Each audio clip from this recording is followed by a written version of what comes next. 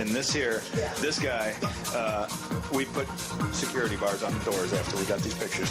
But this guy tattooed all Oddworld characters from the top of his shoulder all the way down to his sleeve. And it's actually, I kind of follow tattoos, and it's really an incredible job, really beautiful job. This is, he probably spent, that's at least a $10,000 tattoo. So I'm going, okay, let's hire security guards.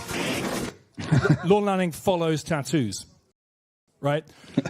He's the fabulous potential to take it and have it offer more nutritious, psychic, spiritual value to the user base. And I think that's something that has helped the longevity of the fan base. I mean, it's incredible. We were just looking at brand new tattoos of Abe on people, and it was released 15 years ago.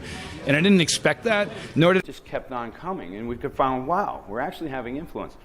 And then the tattoos of fans, and there's actually today, there's hundreds and hundreds of these people who got tattoos of our work.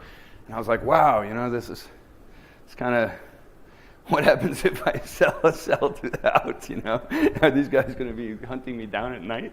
They branded this stuff on their bodies, which we weren't trying to promote, but it was proving that it had a deeper relevance to people, and it meant something to them, and they wanted to be attached to it. Wind up with tattoos, because they're that passionate about it. Yes. When the game first got out there and we started to get the reactions, I know that for me it was when I started seeing tattoos. Wow, really? I started seeing people mailing us tattoos. Someone's got an Abe on one cheek and an Elam on the other cheek. Oh, no. Now, that was very surprising, but that was pretty cool. So he sent you a picture of that? No, I found it on the internet. Yeah. So there was a picture of that, and it's you saw out there. it. It's out there. Wow. Cheeky Abe, it probably comes up. Brave Cheeky of Abe you. tattoo. I'm not going to search for that. Are you sure? No. Are you sure? I'm sure. I'm pretty sure. I'll Okay. just believe you. What's the coolest piece of fan? Core audience that still hangs on is one that's very feverish. These are some of the guys you'll meet, and they'll have Nintendo tattoos. And so I know a couple of them. Yeah, in different countries. I've met a lot of them.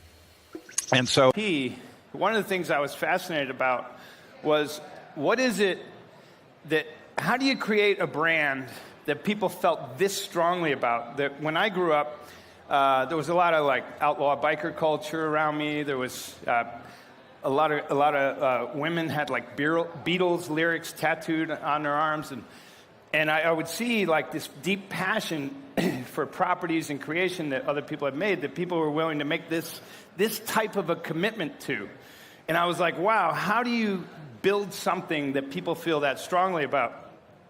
And it usually came back to depth, and it usually came back to, it meant something much more to them than just a company or a logo that they thought was cool. It meant a lifestyle, it meant a way of living, it meant something deeper that resonated with them on a deeper level.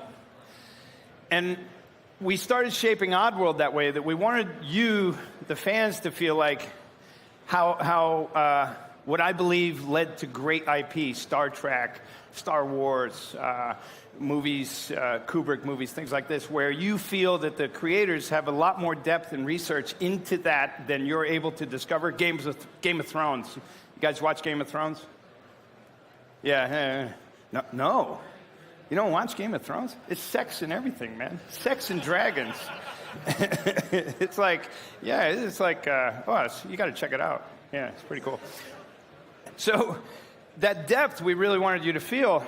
And then as our games started coming out, we started to see people actually making this greater commitment, which is the characters were resonating on a different level. And that was leading to this flurry of challenges for us, which was how do we readdress when people have solidified something, and if we decide to start changing things, does that mean more death threats? Does that mean, where is this going to go if we screw up what these people felt this strongly about? And this is just a fraction of what we've seen out there. And so it gave us, his tattoos, things that... I was just talking to Caddy, and I owe him dinner because you guys are familiar with the YouTuber Caddy? Yeah. Hand for Caddy. He's been a huge supporter. Thank you, man.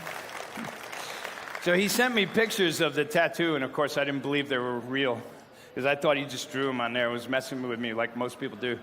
And I said, I'll take you out to a great dinner if that's true. And then it turned out there was 2, so I owe him 2 great dinners now. This is just like, damn, that gets expensive. But we